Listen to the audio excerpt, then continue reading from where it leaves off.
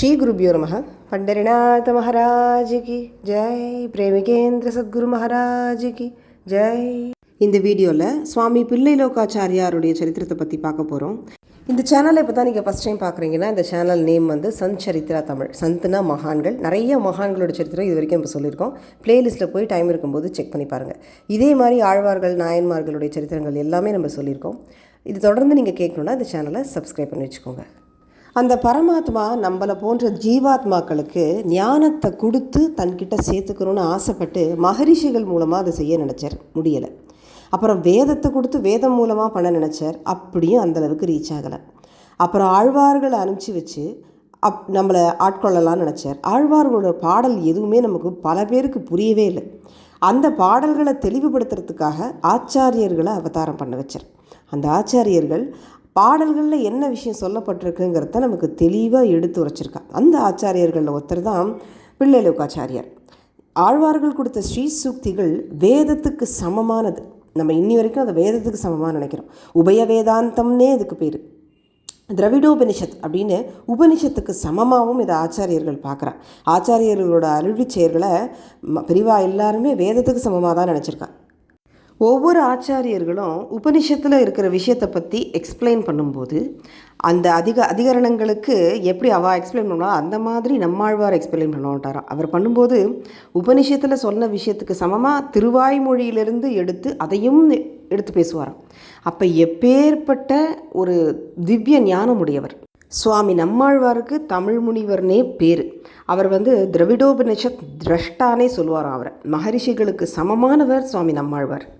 பொதுவாக கவிகள் எல்லாருமே கம்பராக இருந்தாலும் சரி, காளிதாசராக இருந்தாலும் சரி, இயற்றினார்னு வரும். நம்ம படிக்கும்போது கம்பர் இயற்றினார், காளிதாசர் இயற்றினார், புலவர்கள்லாம் இயற்றினார் தான் சொல்லுவாள் ஒழிய ஆழ்வார்கள் என்ன சொல்லுவான்னா அவன் அருளினான் தான் சொல்லுவாள். என்னை கொண்டு தன்னை பாடும்படி வைத்தான் தான் ஆழ்வார்கள் சொல்லுவாள்.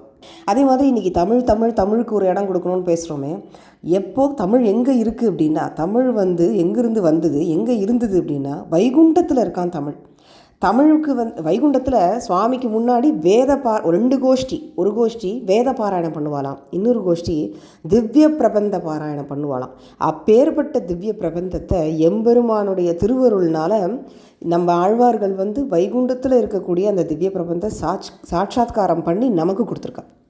சகலவிதமான ரசமும் திருவாய்மொழியில் இருக்கான். மாறன்னு பேருடைய சுவாமி நம்மாழ்வார் 4 வேதம் 4 வேதத்தையும் 4 பிரபந்தமாக நமக்கு அருளி செய்துட்டார். திருமங்கை ஆழ்வாரும் வேதத்தில் இருக்கக்கூடிய 6 அங்கங்களாக இருக்கிற சிக்ஷை, கல்பம், வியாகரணம், நிருக்தம், சந்தசு, ஜோதிஷம் இப்படி பிரபந்தங்களாக அருளி செய்துட்டார்.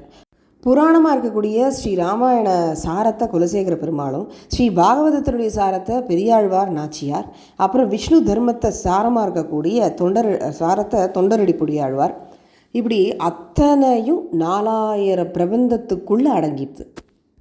அவள் எப்படி வச்சுருந்தா அப்படின்னா, சாஸ்திரத்தை தெரிஞ்சுக்கிறதுக்கு ஸ்ரீபாஷ்யம், பகவத் அனுபவத்தை புரிஞ்சுக்கிறதுக்கு 4000 திவ்ய பிரபந்தம், இப்படி தான் வச்சுருந்தா. இதை நமக்கு கொடுக்கறதுக்காக அவள் கையாண்ட ஒரு முறை மணிப்பிரவாள நடைன்னு பேர். அந்த நடைக்கு பேருக்கு மணிப்பிரவாள நடைன்னு பேர். தமிழில் தமிழ் மொழிக்கு ஒரு குழைவு இருக்கும். இந்த ஒரு குழைவு வேறு எந்த பாஷையிலையும் கிடையாது. சமஸ்கிருதத்தில் ஒரு நாதம் இருக்கும், ஒரு ஓசை இருக்கும், அதுவும் எந்த லாங்குவேஜ்லையும் கிடையாது. இந்த சமஸ்கிருதத்தினுடைய ஓசையும் தமிழினுடைய குழைவும் சேர்ந்தது தான் மணிப்பிரவாள நடை. இதை ரொம்ப அழகாக நமக்கு கொடுத்துருக்கா. இப்படி ஸ்ரீ சூக்தங்களை ஆழ்வார்களுடைய திருவுள்ளம் இதுதான் நமக்கு எடுத்து சொல்கிறதுக்காக தோன்றிய மகான்களில் ஒரு முக்கியமான மகான் தான் பிள்ளைலோகாச்சாரியார். இவருக்கு முன்னாடி இருந்தவர் பெரியவாச்சான் பிள்ளை, அவருக்கும் முன்னாடி இருந்தவர் நம்பிள்ளை. இந்த சம்பிரதாயத்தில் பட்டர், நஞ்சியர், நம்பிள்ளைன்னு தொடர்ந்து வருது. சுவாமி ராமானுஜர் குறுகிப்பிரான் பிள்ளான்னு ஒரு சிஷ்யரை வச்சுட்டு அவரை வச்சுட்டு திருவாய்மொழியுடைய வியாகரணத்தை வைக்க சொன்னார். அதில் அப்போ ஆரம்பித்தது தான் மணிப்பிரவாள நடை. முதல்ல திருவாய்மொழியை குறுகிப்பிரான் பிள்ளான் பிரவச்சனமாக பண்ணும்பொழுது மணிப்பிரவாள நடை தான் யூஸ் பண்ணுறது. பிரவச்சனம்னா உபன்யாசம்னா இது மாதிரி டிஸ்கோர்ஸ் பண்ணுறோம் இல்லையா, இதுதான். அவரை அனுசரித்து பட்டர், நஞ்சியர், நம்பிள்ளை அப்படி ஃபாலோ பண்ணி வரா. இப்போ திருவாய்மொழியை பற்றி பாடிட்டு போனால் ஒருத்தருக்குமே புரிய போகிறது கிடையாது. இது எக்ஸ்பிளைன் பண்ணுறதுக்காக வந்தவர்கள் தான் ஆச்சாரியர்கள். வியாக்கியானம் பண்ணுறதுன்னு சொல்லுவோம். இதில் 2 பேர் தலையான வியாக்கியானம். நம்பிள்ளை ஈடு சுவாமி பெரியவாச்சான் பிள்ளையுடைய 24,000 படி. இது இல்லாமல் பகவத் விஷயம் சொல்லவே முடியாது. நம்பிள்ளையுடைய சிஷ்யர் தான் பெரியவாச்சான் பிள்ளை. நம்பிள்ளைய சுவாமியை வந்து ராமர் போல் நம்ம பாவிச்சோன்னா அவருக்கு 2 சிஷ்யர் பரத சத்ருக்னால் போல். ஒருத்தர் வடக்கு திருவீதி பிள்ளை, இன்னொருத்தர் பெரியவாச்சான் பிள்ளை. நம்பிள்ளைங்கிற இந்த மகான் பெரிய மகான். இவர் வந்து ஈடு காலக்ஷேபம் பண்ணிட்டு இருந்தார் ரங்கநாதருடைய சந்நிதியில். இன்றைக்கும் அந்த இடம் இருக்குது. விஷயம் தெரிஞ்சவா அந்த இடத்துக்கு நமஸ்கரிச்சுட்டு போவா. அந்த இடத்துக்கு வந்தானா அப்படி நம்பிள்ளை வந்து காலக்ஷேபம் பண்ணும்போது இவருக்குன்னு இவருடைய உபன்யாசத்தை கேட்கறதுக்குனே ஒரு கோஷ்டி வருமா, உற்சவத்துக்கு சுவாமியை பார்க்குறதுக்கு கோஷ்டி வருமா. இந்த கோஷ்டிக்கும் அந்த கோஷ்டியும் யார் அதிகமாக இருக்கான்னு யோசிக்கிற அளவுக்கு அவ்வளோ பேர் வருவானா இவரோட உபன்யாசம் கேட்கறதுக்காக. இது ஒரு பெரிய விஷயம் இல்லை. இப்படி உற்சவ நேரத்தில் எல்லாரும் ஆசையாக அவரோட உபன்யாசத்தை கேட்பாங்க. ஆனால் பெருமாளே உள்ளுக்குள்ளே இருக்க முடியாமல் எழுந்து வெளியில் வந்து இந்த உபன்யாசத்தை கேட்குறதுக்கு எட்டி பார்த்தாராம் ஓடி வந்து. அப்போது அப்படி வரும்போது அந்த திருவிளக்கு பிச்சான்னு சொல்லிட்டு தீவெட்டி தெரியன்னு சொல்லுவா இல்லையா, தீவெட்டி பிடிச்சிக்கிறவன். அப்படி பெருமாள் வந்து எட்டி பார்க்கும்போது அந்த கூட்டத்தில் தீவெட்டி பிடிச்சி நிற்கிறவன் மேலே மோதிட்டாராம். நம்ம இங்கே யாரை சொல்கிறேன்னா, ஸ்ரீரங்க ரங்கநாத சுவாமியே ஆனந்த பரவசத்தில் இந்த உபன்யாசம் பண்ணிட்டு இருக்கும்போது அதை கேட்டுட்டே வந்தவர் அந்த திருவிளக்கு பிடிச்சிருக்கிற மேலே மோதிட்டார். அவருடனே பார்த்துட்டு என்ன சொன்னாராம், ஏன் இவ்வளோ சிரமப்படுறீங்களா, அங்கே போய் நடுவில் உட்காந்து கேளுங்களேன்னு சொன்னாராம். அதுக்கு பெருமாள் சொன்னாராம், என்னை வந்து உபன்யாசம் கேட்குறதுக்குன்னு ஏழை பண்ணி வைக்க மாட்டேங்கிறா, இங்கே வச்சாதானே நான் உட்காந்து கேட்க முடியும், உற்சவத்துக்கு மட்டும்தான் என்னை ஏழை பண்ணி வைக்கணும்னு அவள் வழக்கம் வச்சுட்டுருக்கா அப்படின்னு பெருமாள் ரசிக்கிற அளவுக்கு அந்த உபன்யாசம் அப்படி இருக்குமா. ஆனால் இன்றைக்கி நமக்கு கிடச்சிருக்கிற நம்பிள்ளை ஈடு வந்து அவர் எழுதினது கிடையாது. சுவாமி நம்பிள்ளை வியாக்கியானம் பண்ணும்போது, உபன்யாசம் பண்ணும்போது வடக்கு திருவீதி பிள்ளை அங்கே உட்காந்து அத்தனையும் கிரகிச்சுப்பாரான். இப்படி பகலில் கிரகிச்சுன்றது எல்லாத்தையும் ஞாபகப்படுத்தி ராத்திரியாக உட்காந்து சரக்குன்னு எழுதுவாராம். அன்னன்னைக்கு உபன்யாசம் பண்ணது பூரா இவர் ஏடுபடுத்திகிட்டே வர்றார். இப்படி இவர் இப்படி குருநாதருடைய வாக்குலேருந்து வந்த முத்துக்கள் அத்தனையும் இவர் சேகரிச்சுன்னு வர்றாருங்கிறது யாருக்குமே தெரியாது. ஆனால் நம்பிள்ளை வந்து பெரியவாச்சான் பிள்ளையை கூப்பிட்டு உபன்யாசத்தை எல்லாத்தையும் நீ வந்து சேகரிச்சுன்னு வா, எழுதின் வா அப்படின்னு அவருக்கு தான் சொன்னார். அவர் எழுத ஆரம்பித்தார். ஆனால் அவருக்கு முன்னாடியே நம்ம வடக்கு வீதி பிள்ளை எழுத ஆரம்பிச்சிட்டார். ஆனால் இதை யாருக்கிட்டேயும் அவர் சொல்லலை. தான் மட்டும் கஜானாவில் வச்சுக்கிற மாதிரி பத்திரப்படுத்தி வச்சுட்டுருக்கார்.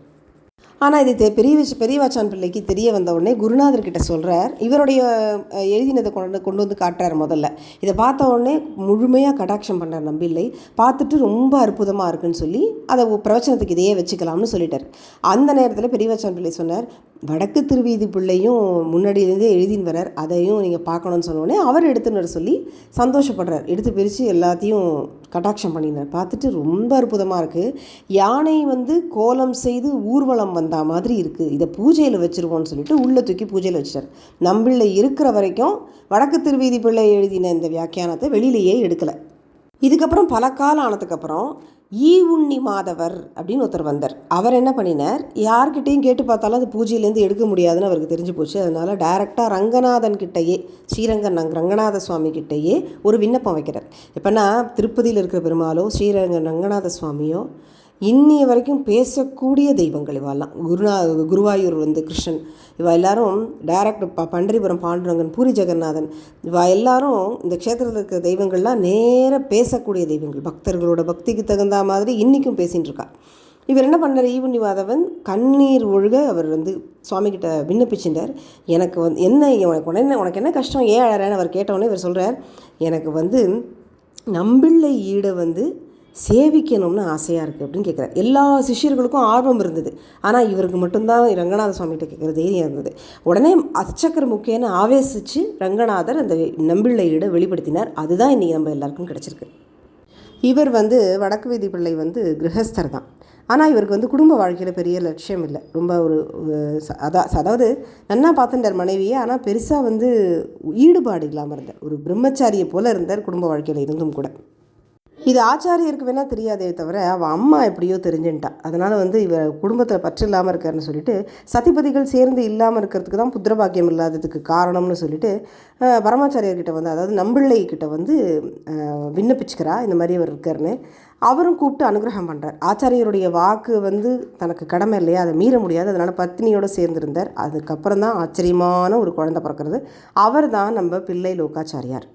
இப்படிப்பட்ட ஒரு குழந்தை பிறக்கிறதுக்காகத்தான் இத்தனை காலம் பிரம்மச்சரியத்தில் இருந்தாரோன்னு நினைக்கிற அளவுக்கு ஆச்சாரியரோட கட்டாட்சமும் ஸ்ரீரங்க ரங்கநாதனுடைய கிருப்பைக்காகவும் வெயிட் பண்ணிட்டு இருந்தாருங்கிற மாதிரி ஒரு குழந்தை பிறந்தது பிள்ளைலோகாச்சாரியார். இதுக்கப்புறம் என்னாச்சும், ஒரு நாள் ரங்கநாதன் இவர்கிட்ட பேசுகிறார். அப்போ சொல்கிறார், லோகநாதனா ஒரு குருவா, உலகத்துக்கு ஒரு குருவா உனக்கு ஒரு குழந்தை பிறந்தாச்சு, பிள்ளைலோகாச்சாரியார் இல்லையா, அவனுக்கு நீ பேர் வச்சுட்ட, மற்றொரு குழந்தையும் உனக்கு தந்தோம், அது என் பெயர்னால அழைக்கப்படுவான்னு சொன்னோடனே அதுக்கப்புறம் அவருக்கு ஒரு குழந்தை பிறக்கிறது. அவர் பேர் அழகிய மணவாள நாயனார். எப்படி பலராமனும் கிருஷ்ணனும் போல, ராமரும் லக்ஷ்மணனும் போல இந்த 2 குழந்தைகளும் வளர்ந்துன்னு வருது. ஸ்ரீரங்க வீதியில் பிறந்து விளையாடிட்டு வரா. பிள்ளைலோகாச்சாரியார் சர்வ சாஸ்திரத்தையும் கற்றுக்கிறார் சின்ன வயசுலேயே. ஆழ்வார்களுடைய ஸ்ரீசூக்திகளுக்கு ஆச்சரியமான கிரந்தங்களை கொடுக்குறார். சஷ்டாச்சல ரகசிய கிரந்தங்களையும் அவர் கொடுக்குறார். அது ரொம்ப பிரசித்தியானது, ஆனால் பொது விஷயம் கிடையாது. இந்த கிரந்தத்தில் மட்டும், ரகசிய கிரந்தம்னு பேர், இந்த கிரந்தத்தில் மட்டும் சர்வ தேவதைகளும் சமம்னு நினைக்கிறவாளுக்கு இந்த கிரந்தம் கிடையாது.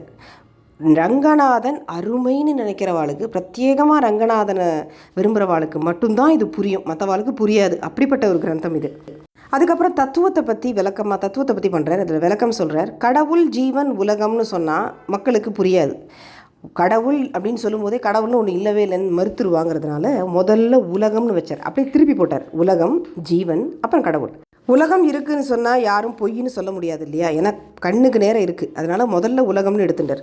உலகம் சொந்தமாக சுதந்திரமாக இயங்குறதா அப்படின்னா நிச்சயமாக இல்லை. அப்படி சுதந்திரமாக இயங்குறதுனா அங்கங்கே பூகம்பம் மண்டலங்கள் எல்லாம் ஒன்றோட ஒன்று மோதி கடல் பொங்கி நாடெல்லாம் அழிஞ்சு ஒரு கண்ட்ரோல் இல்லாமல் போயிடும். அப்போ ஏதோ ஒரு சக்தி இது எல்லாத்தையும் கண்ட்ரோல் பண்ணுறது. அப்போ உலகம்ங்கிறது இருக்குது, அதை மிஞ்சின ஒரு தெய்வ சக்தி இது எல்லாத்தையும் கண்ட்ரோல் பண்ணுறதுங்கிறது கண்ணுக்கு நேரம் தெரிகிறது. அதுக்கப்புறம் ஜீவன் சுதந்திரமாக இருக்கா அப்படின்னா, அப்படி ஒரு வேளை ஜீவனுக்கு சுதந்திரம் இருந்ததுன்னா அத்தனை ஜீவனும் பணக்கார குடும்பமாக பார்த்து பிறக்கும். எல்லோரும் மனுஷ வயிற்றுலேயே பிறப்போம். யாருமே கழுத வயிற்றுலையோ, சிங்கத்தினோட வயிற்றுலையோ, ஒரு பூனை வயிற்றுலையோ பிறக்க மாட்டோம். அப்போ ஜீவன்கள் எல்லாருக்குமே குழந்தை பிறக்க தான் பிறக்கிறது. மிருகத்துக்கும் குழந்தை பிறக்கிறது, மனுஷனுக்கும் குழந்தை பிறக்கிறது, பிச்சைக்காரனுக்கும் குழந்தை பிறக்கிறது. இப்போது எல்லாருக்கும் இந்த மாதிரி இருக்கிறதுனால இப்போ ஜீவனுக்கு ஒரு சுதந்திரம் இல்லை. அது ஏதோ பண்ணின பாவங்களுக்கு தகுந்தாற் போல் அது பிறவி எடுக்கிறது. அப்போ ஜீவனுக்கு சுதந்திரம் இல்லைன்னு தெரியுது. அடுத்தது கடவுள். அப்போ இந்த ஜீவனையும் உலகத்தையும் தன் இஷ்டத்தையும் நடத்தின்னு வர ஈஸ்வரன் ஒன்று உண்டு அப்படிங்கிறதுக்கு இவர் ஒன்றா சொல்லின்னு போகிறார். 3ஆவதாக கடவுளை சொல்கிறார், ஆனால் முதல் அவர் தான் அப்படிங்கிறதையும் புரிய வைக்கிறார். இப்படி தத்துவத்திரயங்கிற விஷயத்தில் நிறையா விஷயங்களை சொல்லியிருக்கார். முமுக்ஷு படி அப்படிங்கிறதையும் கொடுத்துருக்கார். ஸ்ரீபாஷ்யத்தை படிக்க வேண்டிய அவசியமே இல்லாத அளவுக்கு ஸ்ரீபாஷ்யத்தை படித்தா என்ன ஞானம் வருமோ அப்பேற்பட்ட ஞானத்தை இவருடைய சூக்தங்கள் நமக்கு கொடுக்குறது. பிரம்மசூத்திரத்தை தமிழில் டிரான்ஸ்லேட் பண்ணார் பிள்ளைலோகாச்சாரியார். அச்சாவதாரத்தை பற்றி அருமையாக சொல்லியிருக்கார். இது எல்லாமே அடுத்தடுத்த வீடியோவில் நம்மளுடைய சரித்திரத்தை தொடர்ந்து பார்க்கலாம். சர்வம் ஸ்ரீகிருஷ்ணார்ப்பணம். நமஸ்காரம். ஸ்ரீமதி ராம்குமார். நன்றி.